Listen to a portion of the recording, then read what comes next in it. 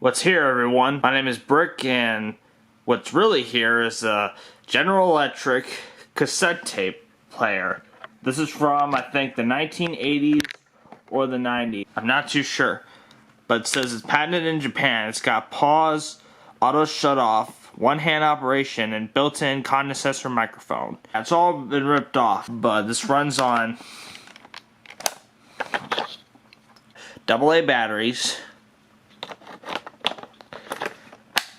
And I fixed this not too long ago. I had to fix the belt to make sure it was working properly. And I'm going to show you some recordings of this. The tape that is in here is a blank tape which I recorded several recordings on. And I'm going to also show you the mechanism from the front. I'm going to press play. It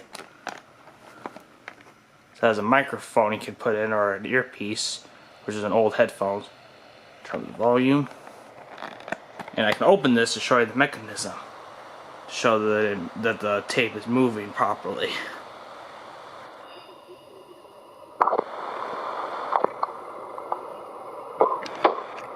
is a short introduction. What you're about to hear are several recordings. One done earlier today, and the rest done later. Or before. I made some separate recordings after that. Hello, this is Brick. And today is August 25th, 2020, and this is my first recording. That was when the belt did not work good, and this somewhat worked. Now what I've done is that on the battery compartment, I simply just took off the batteries one by one like this, and I cleaned the sides that had battery acid with vinegar, and I used alcohol to rub the vinegar off. And it works great. The cassette tape player works very good. Yeah, the cassette tape player works very good. I'm going to show the mechanism on the back and unscrew this.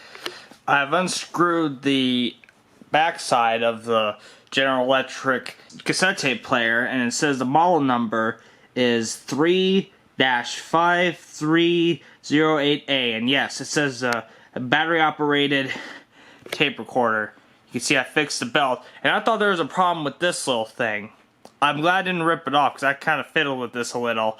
Had this kind of stuff on it, though I don't know what it is, but it's on this little transformer. I don't know what that is, but I'm gonna show you the belt moving, and I made sure that this is close. And the cassette compartment is closed, so we can see this. Oh, but first things first, I'm going to put this in. To clear things up, the last recording you heard was a crappy test recording before I fixed the belt. I have to hold the batteries. Been fixed, and you're hearing a better recording. The next recording is a recording from August 28th of 2020. You see that wheel turning, which is the only wheel that turns that the belt's connected to. After that is a recording of one of my songs. And by the way, today is August 31st, 2020.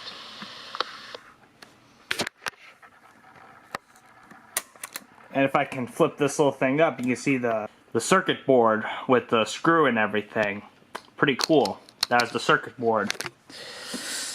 Now I'm going to give my overall thoughts in this review, right after I put everything back together.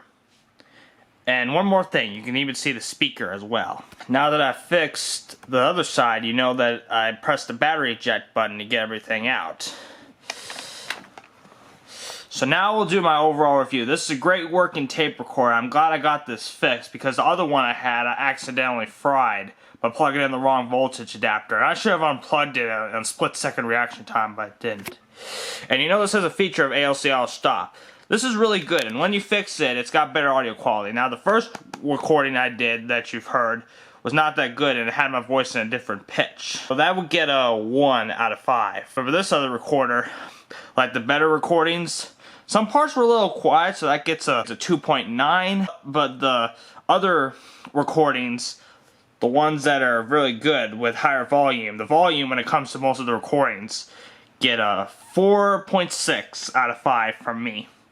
So that should be about to do it. Overall, this gets a 3.8 to 4.6 out of 5. So that is not a bad score in my opinion. Oh, and one last thing. Just press the eject button. And you can see the mechanism. I can press play. And you can see one of the parts of the cassette player actually moves. Even without the cassette. That is really cool, so I just thought I'd point that out. You can do that with any cassette player, even without a cassette tape in the player. I'm out.